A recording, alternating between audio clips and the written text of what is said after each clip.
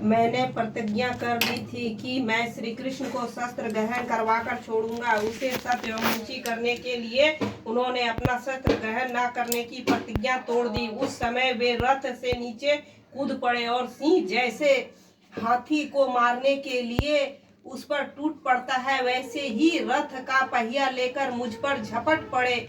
उस समय वे इतने वेग से दौड़े कि उनके कंधे का दुपट्टा गिर गया और पृथ्वी कांपने लगी। मुझे आताताई ने तीखे बाण मारकर उसके शरीर का कवच तोड़ डाला था, जिससे सारा शरीर लहूलुहान हो रहा था। अर्जुन के रोकने पर भी वे बलपूर्वक मुझे मारने के लिए मेरी ओर दौड़े आ रहे थे। वे ही भगवान श्री कृष्ण जो ऐसा करते हुए भी मेरे प्रति अनुग्रह और भक्त वत्सल से परिपूर्ण थे। मेरी एकमात्र गति हो, आश्रय हो।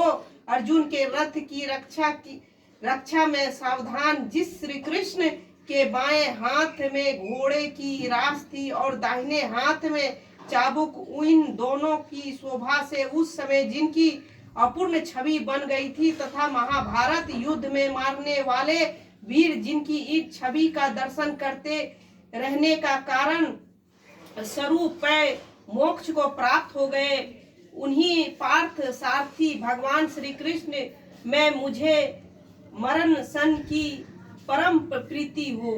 जिनकी लटकती सुंदर चाल, हवा वायु युक्त चेष्टाएं, मधुर मुस्कान और प्रेम भरी चितवन से अत्यंत सम्मानित गोपियां रासलीला में उनके अंतर ध्यान हो जाने पर प्रेमो मंद से मतवाली होकर जिनकी लीलाओं का अनुकरण करके तन्मय हो गई थी, उन्हीं भगवान श्री कृष्ण में मेरा परम प्रेम हो।